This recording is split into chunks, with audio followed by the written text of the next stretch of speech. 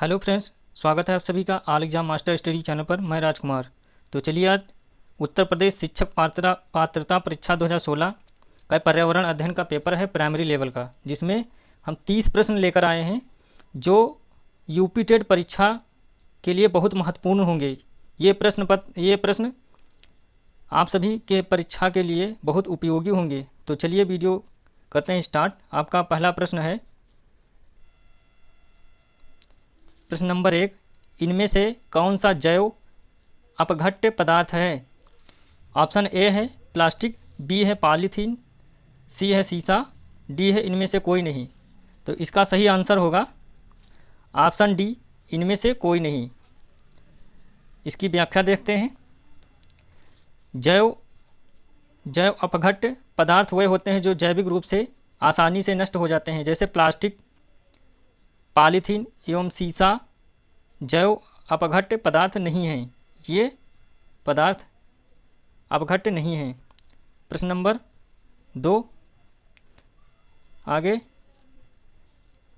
डाचिम राष्ट्रीय उद्यान है किस राज्य में यह स्थित है? तो ऑप्शन ए है हिमाचल प्रदेश, बी है जम्मू कश्मीर, सी है तमिलनाडु, डी है सिक्किम। तो इसका सही आंसर होगा option D, option B, Jammu एवं कश्मीर में। जम्मू एवं कश्मीर में दाचिंगम राष्ट्रीय उद्यान पाया जाता है। इसका व्याख्या देखते हैं। दाचिगम राष्ट्रीय उद्यान जम्मू कश्मीर के श्रीनगर जिले में स्थित है। इसकी स्थापना 1981 में हुई थी। अगला प्रश्न देखते हैं। ये पर्यावरण अध्ययन के बहुत महत्वपूर्ण प्रश्न हैं। वीडियो को अंत तक देखिएगा, स्किप मत कीजिएगा दोस्तों।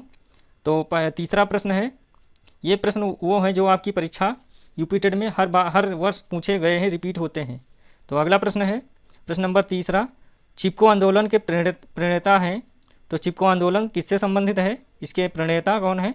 ऑप्शन ए है किरण बेदी, बी है सुंदरलाल बहुगुणा, सी है मेघा पाटकर, डी है इनमें से कोई नहीं।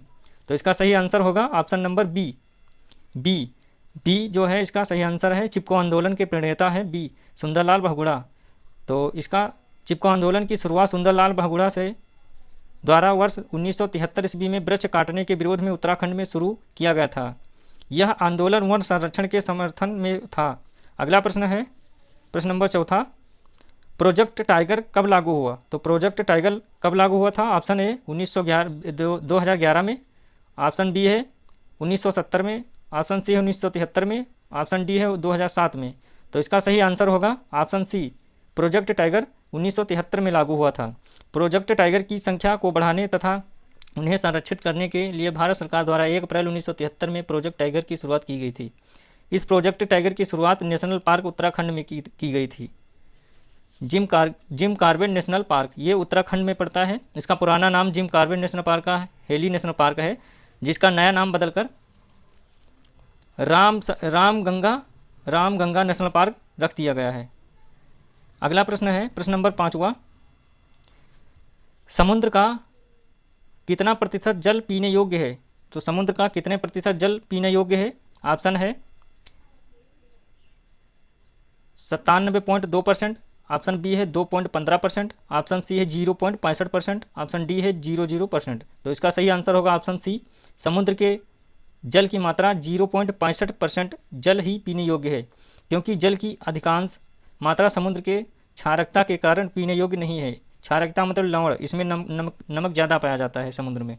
अगला प्रश्न है, प्रश्न नंबर 6, BOD5 क्या है? तो इसका आंसर होगा ए है biochemical oxygen demand in 5 hours biochemical, B है biochemical oxygen demand in 5 days, biochemical oxygen demand in 5 month, biochemical oxygen demand in 5 minutes. तो इसका सही आंसर होगा, देखते हैं आगे,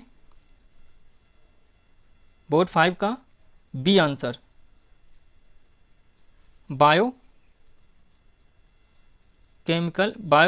biochemical oxygen demand in 5 days एक मापन है जिससे जल वायु में ऑक्सीजन की मात्रा को मापा जाता है। बोर्ड 5 दिन में जैविक ऑक्सीजन के भाग की इकाई है। अगला प्रश्न है, प्रश्न नंबर 7,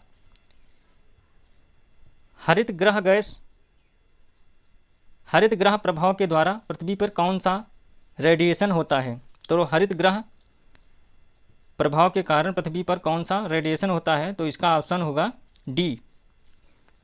डी ऑप्शन सही होगा। इंफ्रारेड रेडिएशन, ये बहुत हानिकारक रेडिएशन होता है। इसका हम पढ़ते हैं, व्याख्या देखते हैं इसकी। ऑप्शन नंबर डी इसका सही होगा। हरित ग्रह प्रभाव के कारण सूर्य की किरणें वायुमंडल परत को पार नहीं कर पाती। परिमाण स्वरूप यह किरणें पुनः पृथ्वी पर आ जाती हैं और अवरक्त किरणें इंफ्रारेड रे जैसा व्यवहार करती हैं तथा इस प्रकार पृथ्वी पर इंफ्रा रेडिएशन में वृद्धि होती है। अगला प्रश्न है प्रश्न नंबर 8, लंदन धूम्र पाया जाता है? तो इसका ऑप्शन सही होगा डी, या शीतकाल में सुबह के समय पाया जाता है। व्याख्या इसकी देखते हैं। शीतकालीन मौसम में सुबह कोहरे जैसा दिखाई देने वाला वायु प्रदूषण लंदन धूम्र कहलाता है। इस तरह की स्थिति में लंदन में उत्पन्न हुई थी, इसलिए सांकेतिक रूप से लंदन धूम्र नाम का प्रयोग किया जाता है। अगला प्रश्न है प्रश्न नंबर 8। वीडियो काफ़ी लंबी होगी इसलिए हम हो जाएगी दोस्तों, इसलिए हम प्रश्न और उसका आंसर बताते चलते हैं, ऑप्शन सभी नहीं पढ़ेंगे। प्रश्न नंबर 9, हवा का एक तीव्र भंवर जो समताप मंडल में बनता है और अंटार्कटिका के ऊपर छाया रहता है, कहा जाता है? इसे क्या कहते हैं? तो ऑप्शन नंबर इसका बी होगा, ध्रुवीय बाउंडर कहते हैं। तो इसकी व्याख्या देखते हैं। बी, क्षोभ मंडल, आंसर बी होगा। क्षोभ मंडल की ऊपरी सीमा और समताप मंडल की निचली सीमा पर पश्चिम से पूर्व दिशा में प्रवाहित होने वाली परिध्रुवी प्रबल पवन धारा को जेट स्ट्रीम कहा जाता है। इस पवन धारा को परिसंचरण दोनों गोलार्धों में 20 डिग्री अक्षांश से ध्रुवों के बीच होता है। फलस्वरूप समताप मंडल में ताप एवं दाब की विषमता के कारण यह एक बड़ा बाउंडर उठता है। प्रश्न नंबर अगला देखते हैं, प्रश्न नंबर 9, प्रश्न नंबर 10 की ओर चलते हैं। 10वां प्रश्न है, भोपाल गैस त्रासदी निम्न में से किसके कारण हुई थी?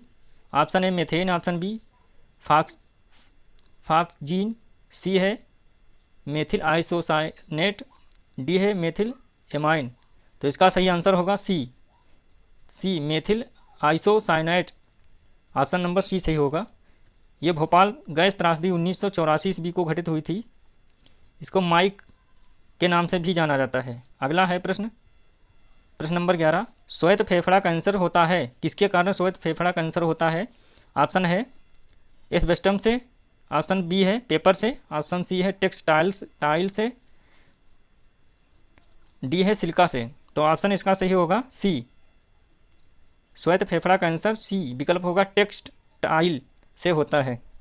अगला प्रश्न है प्रश्न नंबर 12, निम्न में से किस गैस की गहन की संलग्नता हीमोग्लोबिन से होती है? ऑप्शन ए है CO, ऑप्शन बी है NO, ऑप्शन सी है O2, ऑप्शन डी है CO2। तो इसका सही आंसर होगा option number A CO,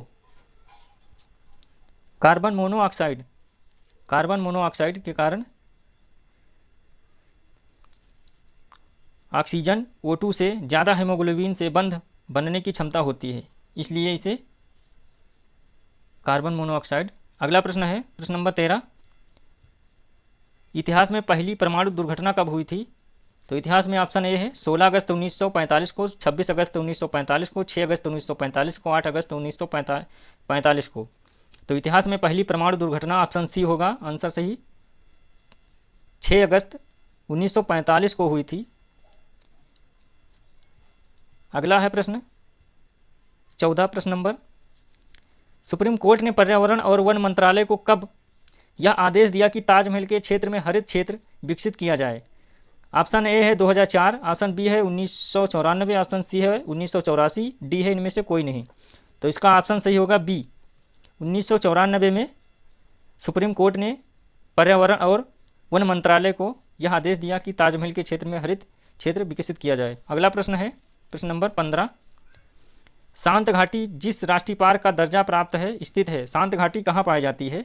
option A है जम्मू कश्मीर, बी है तमिलनाडु, सी है पश्चिम बंगाल, डी है केरल। तो शांत घाटी इसका सही आंसर होगा केरल, शांत घाटी केरल राज्य में पाई जाती है। अगला प्रश्न है प्रश्न नंबर 16, प्रश्न नंबर 16 देखते हैं। इस वीडियो में हम 30 प्रश्न ईवीएस के लेकर आए हैं।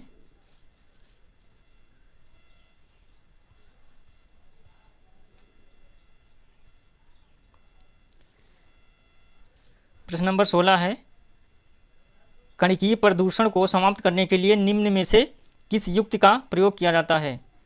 तो पहला है ग्रेविटी सेटलिंग चेंबर, फिर बी है साइक्लोन कलेक्टर, सी है फैब्रिक फिल्टर, डी है उपयुक्त सभी। तो इसका सही आंसर होगा ऑप्शन नंबर डी, उपयुक्त सभी। कणिकीय प्रदूषण को समाप्त करने के लिए उपयुक्त सभी का प्रयोग किया जाता है। अगला प्रश्न है प्रश्न नंबर 17, ध्वनि प्रदूषण नियंत्रण का रोकथाम नियम 2001 निर्देशित करता है। तो क्या निर्देशित करता है? ए ऑप्शन है पटाखों के कारण ध्वनि प्रदूषण, बी है लाउड स्पीकर के कारण ध्वनि प्रदूषण, सी ऑप्शन है किसी सभा में तीव्र ध्वनि के स्पीकर का प्रयोग, डी है बी और सी दोनों। तो इसका सही आंसर होगा ऑप्शन नंबर डी, बी और सी दोनों होगा। लाउड स्पीकर के कारण ध्वनि प्रदूषण और किसी सभा में तीव्र ध्वनि के स्पीकर का प्रयोग। अगला प्रश्न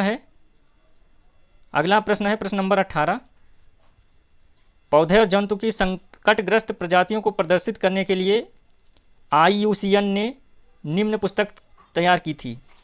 तो इसका IUCN ने कौन सी पुस्तक तैयार की थी? ए ऑप्शन है श्वेता डाटा बुक, बी है रेड डाटा बुक, डी है नील डाटा बुक, डी है इनमें से कोई नहीं। तो ऑप्शन नंबर इसका सही होगा IUCN ने संकटग्रस्त जंतु एवं प्रजातियों के लिए रेड डाटा बुक का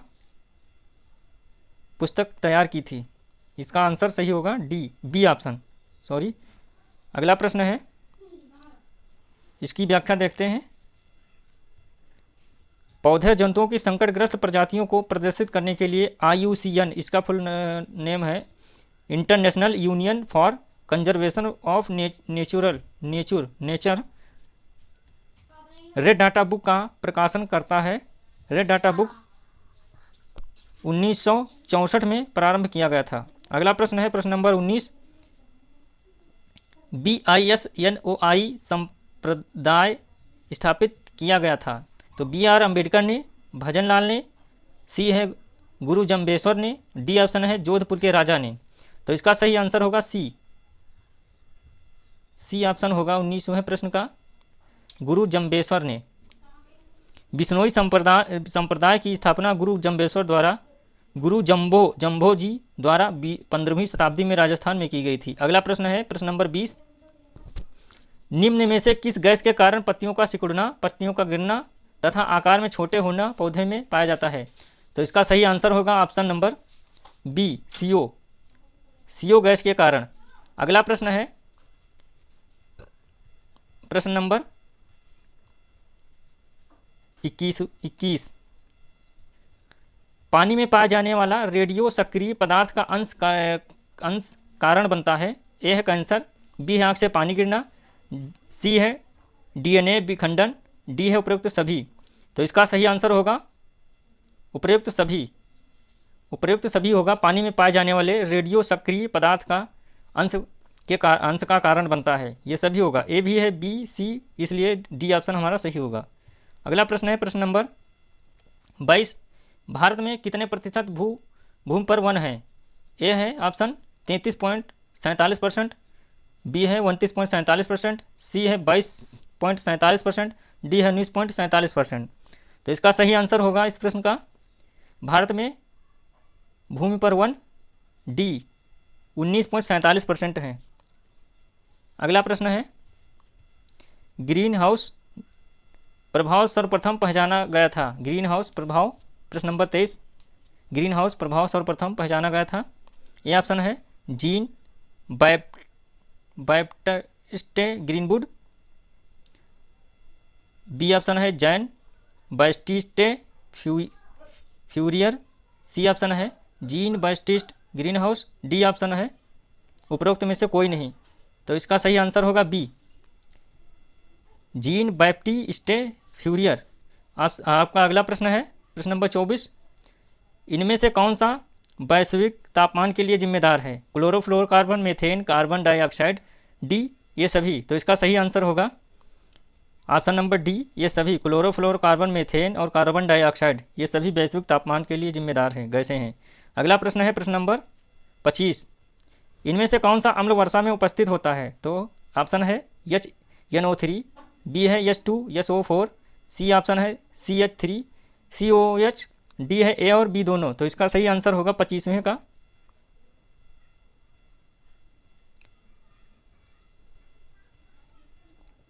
डी ऑप्शन, 25वें का डी ऑप्शन होगा। इनमें से कौन सा अम्ल वर्षा में उपस्थित होता है? तो ऑप्शन डी है ए और बी दोनों। ए है HNO3 और बी है H2SO4। अगला प्रश्न है प्रश्न नंबर 26, निम्न में से किस स्तर से नीचे जाने पर ओजोन परत में छिद्र की संज्ञा दी जाती है?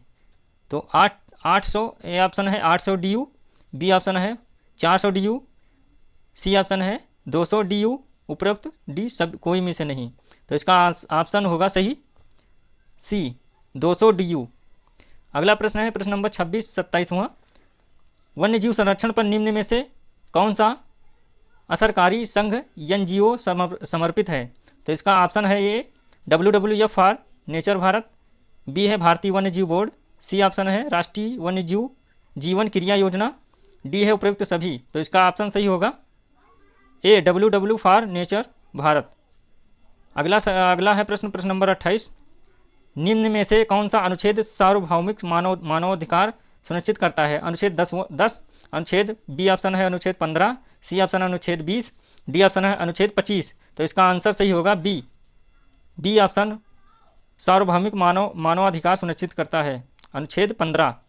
अगला प्रश्न है प्रश्न नंबर 28, 10% नियम दिया था। तो 10% नियम किसने दिया था? ऑप्शन ए है लिंडमैन द्वारा, बी है गोल्डमैन द्वारा, सी ऑप्शन है बैकमैन द्वारा, डी है उपरोक्त में से कोई नहीं। तो इसका सही होगा आंसर ए विकल्प, लिंडमान द्वारा 10% नियम लिंडमान द्वारा 1942 ईस्वी में दिया गया था। यह नियम ऊर्जा उपभोग से संबंधित है। अगला प्रश्न है प्रश्न नंबर 30,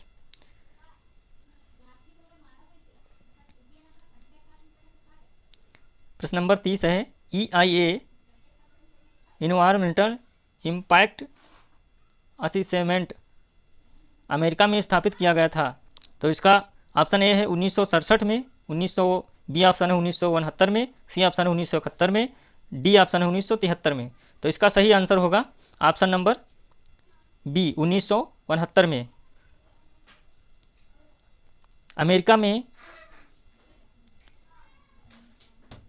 अमेरिका में पर्यावरण प्रदूषण पड़ने वाले घातक प्रभावों को 1969 में EIA इन्वायरमेंट इम्पैक्ट असेसमेंट के रूप में प्रतिपादित किया गया था।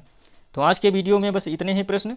नेक्स्ट वीडियो में हम यूपी टेट पर्यावरण के 30 और प्रश्न लेकर आएंगे।